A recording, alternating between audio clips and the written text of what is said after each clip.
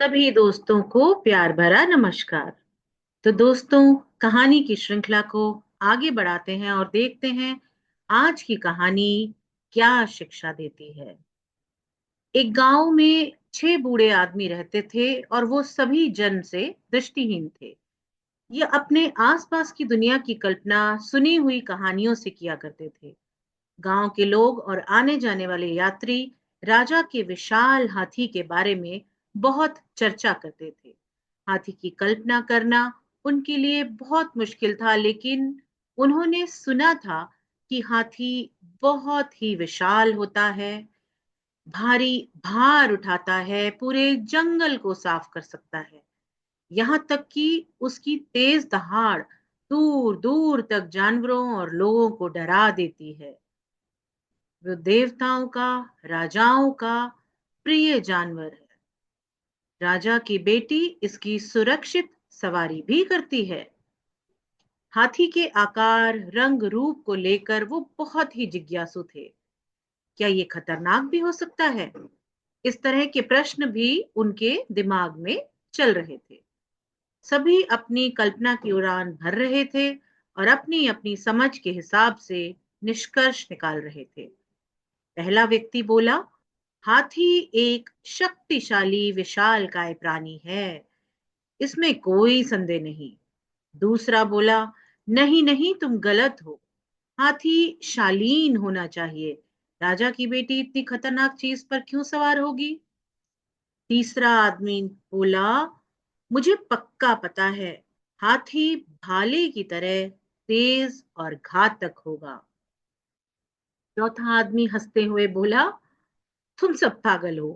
हाथी सिर्फ एक बड़ी गाय है। मुझे नहीं पता कि तुम सब इतना हंगामा क्यों कर रहे हो।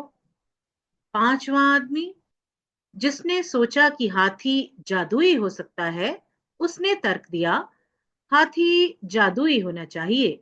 यही एकमात्र तरीका है जिससे राजकुमारी सुरक्षित यात्रा कर सकती है। और फिर छठा आदमी, जो हाथियों में बिल्कुल भी विश्वास नहीं करता था, अस्वीकार करते हुए बोला, मुझे लगता है कि हम सभी को धोखा दिया जा रहा है। हाथी जैसी कोई चीज नहीं होती। बस इस बहस को सुलझाने के लिए गांव वालों ने इन सभी को राजा के महल में जाकर उस हाथी से मिलवाने का फैसला किया।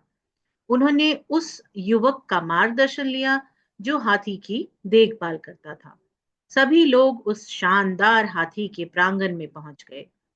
एक एक करके उन सभी ने हाथी को छुआ। पहले अंधे व्यक्ति ने हाथी की चिकनी मुलायम त्वचा को महसूस किया। ताकत को महसूस करते हुए आश्चर्य से बोला, ये एक शक्तिशाली दीवार होनी चाहिए, बहुत ठोस है। दूसरे व्यक्ति ने हाथी की सूंड को छुआ, उसका लचीलापन महसूस किया। उत्साह से बोला, ये एक विशाल सांप जैसा है।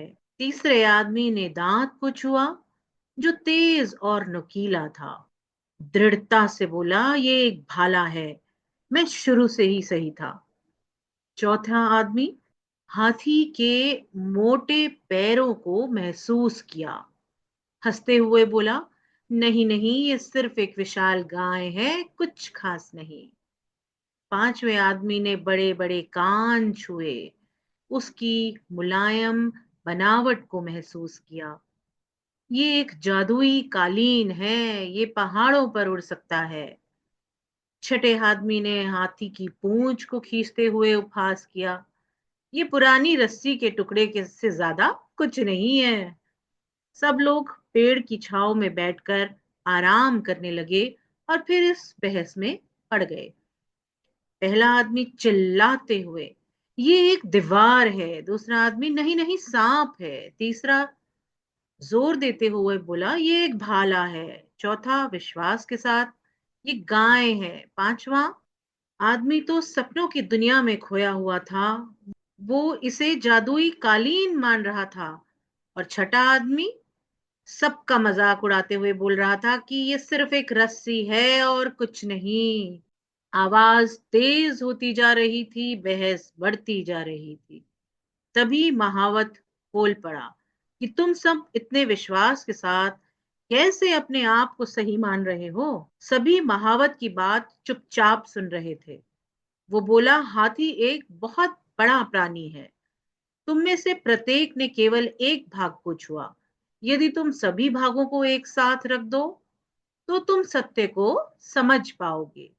सभी चुपचाप बैठकर विचार करने लगे।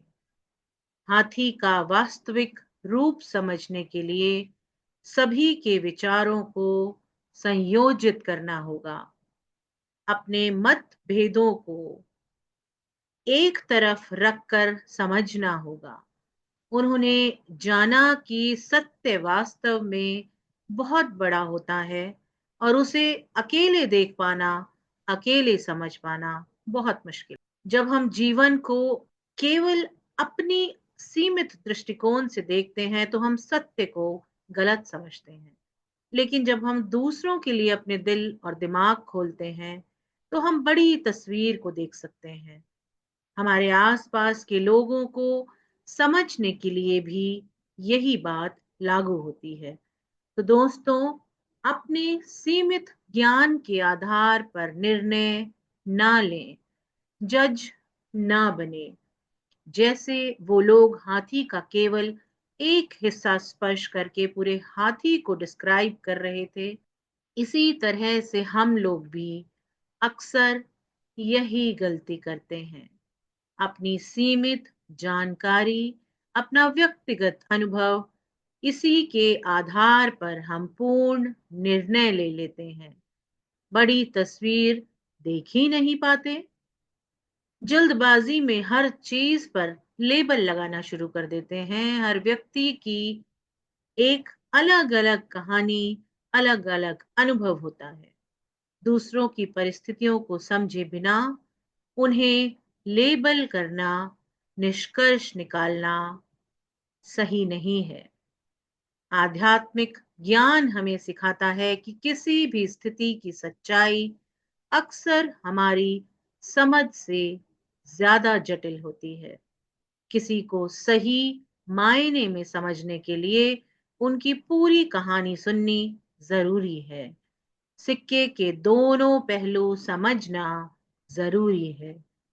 आध्यात्मिक विकास में हमेशा सही होने की जरूरत को छोड़ देना और दूसरों के अनुभव और सच्चाई को शामिल करना है। अहंकार को छोड़ना है। विविधता में ही एकता है। स्पिरिचुअलिटी हमको एक्सेप्टेंस और नॉन जजमेंटल होना सिखाती है। यही इसका मुख्य मूल है। दूसरों की आलोचना करने या उन्हें लेबल करने के बजाय हमें उन्हें वैसे ही स्वीकार करने के लिए प्रोत्साहित किया जाता है जैसे वो हैं।